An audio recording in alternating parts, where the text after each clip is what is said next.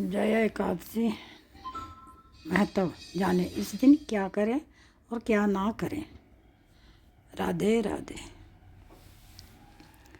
जया एकादशी का व्रत 8 फरवरी को रखा जाएगा और इस दिन भगवान विष्णु के साथ ही माँ लक्ष्मी की भी पूरे विधि विधान से पूजा की जाएगी। माघ मास के शुक्ल पक्ष की एकादशी तिथि को जया एकादशी कहते हैं।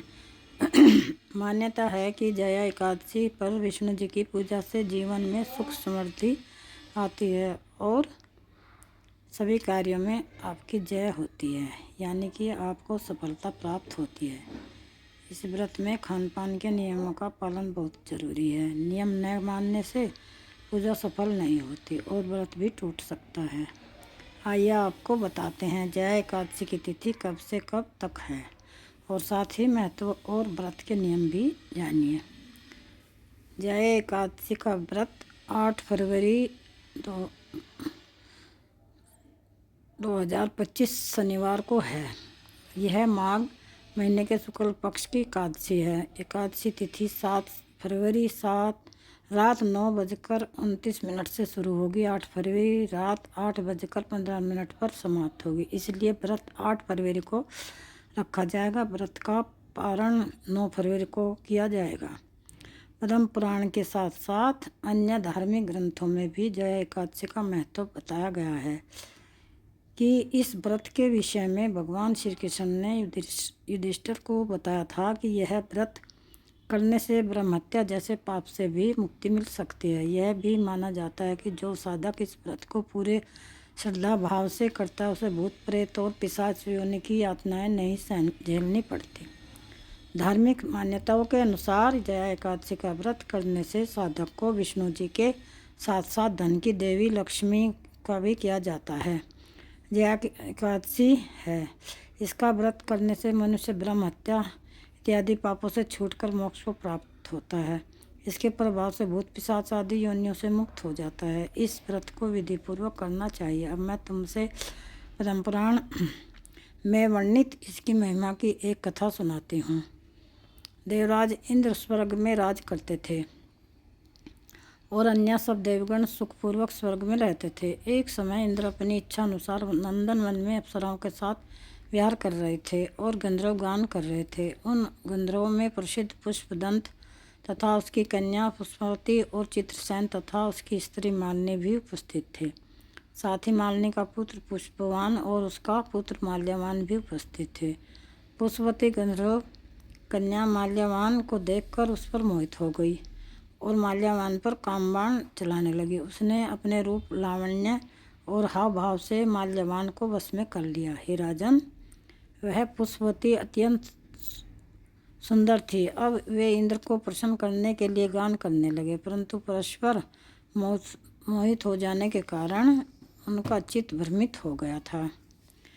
इनके ठीक प्रकार न गाने तथा स्वर ताल ठीक नहीं होने से इंद्र इनके प्रेम को समझ गया और उन्होंने इसमें अपना अपमान समझकर उनको शाप दे दिया। इंद्र ने कहा, हे मूर्खों, तुमने मेरी आज्ञा का उल्लंघन किया है, इसलिए तुम्हारा धिक्कार है। अब तुम दोनों स्त्री पुरुष के रूप में मृत्युलोक में जाकर पिशाच रूप धारण करो और अपने कर्म का फल भोगो। इंद्र का ऐसा शाप सुनकर वे अत्यंत दुखी हुए और हिमालय पर्वत पर दुखपूर्वक अपना जीवन व्यतीत करने लगे। उन्हें गंध रस तथा स्पर्श आदि का कुछ भी ज्ञान नहीं था। वहाँ उनको महान दुख मिल रहे थे। उन्हें एक क्षण के लिए भी निद्रा नहीं आती थी। उस जगह अत्यंत शीत था, इससे उनके रोंगटे खड़े रहते और मारे शीत के दांत बजते रहते। एक दिन पिशाच ने अपनी स्त्री से कहा कि पिछले जन्म में हमने ऐसे कौन से पाप किए थे जिससे हमको यह दुखदायी पिशाच योनि प्राप्त हुई। इस पिशाच योनि से तो नरक के दुख सहना ही उत्तम है। अतः हमें अब किसी प्रकार का पाप नहीं करना चाहिए। इस प्रकार विचार करते हुए वे अपने दिन व्यतीत कर रहे थे।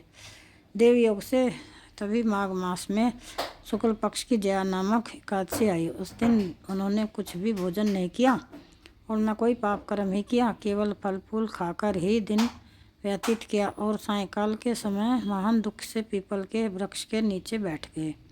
उस समय सूर्य भगवान अस्त हो रहे थे। उस रात को अत्यंत ठंड थी। इस कारण वे दोनों शीत के मारे अति दुखित होकर मृतक के समान आपस में चिपटे हुए पड़े रहे। उस रात्रि को उनको निद्रा भी नहीं आई। हे राजन, जया एकादशी के उपवास और रात्रि के जागरण से दूसरे दिन प्रभात होते ही उनकी पिशाच योनि छूट गई। अत्यंत सुंदर गंधर्व और अप्सरा की देह धारण कर सुंदर वस्त्र भूषणों से अलंकृत होकर उन्होंने स्वर्गलोक को प्रस्थान किया। उस समय आकाश में देवता उनकी स्तुति करते हुए पुष्प वर्षा करने लगे। स्वर्ग लोक में जाकर इन दोनों ने देवराज इंद्र को प्रणाम किया। इंद्र उनको पहले रूप में देखकर अत्यंत आश्चर्यचकित हुआ और पूछने लगा कि तुमने अपनी पिशाच योनि से किस तरह छुटकारा पाया, सो सब बतलाओ।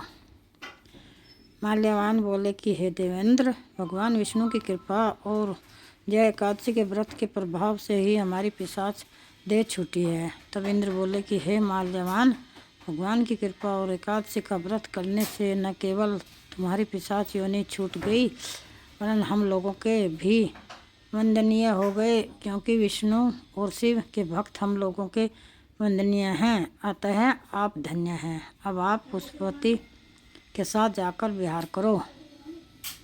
श्री कृष्ण कहने लगे कि हे राजन युधिष्ठिर, इस जया एकादशी के व्रत से बुरी योनि छूट जाती है।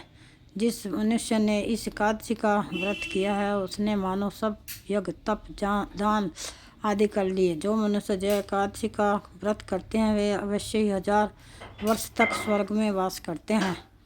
उम्मीद है आप सभी को वीडियो पसंद आई हो तो चैनल को सब्सक्राइब करें और वीडियो को लाइक ज़रूर करें। यह तमाम जानकारी जनरुचि को ध्यान में रखकर दी जा रही है। ज्योतिष और धर्म के उपाय और सलाहों को अपनी आस्था और विश्वास पर आजमाएं। कंटेंट का उद्देश्य मात्र आपको बेहतर सलाह देना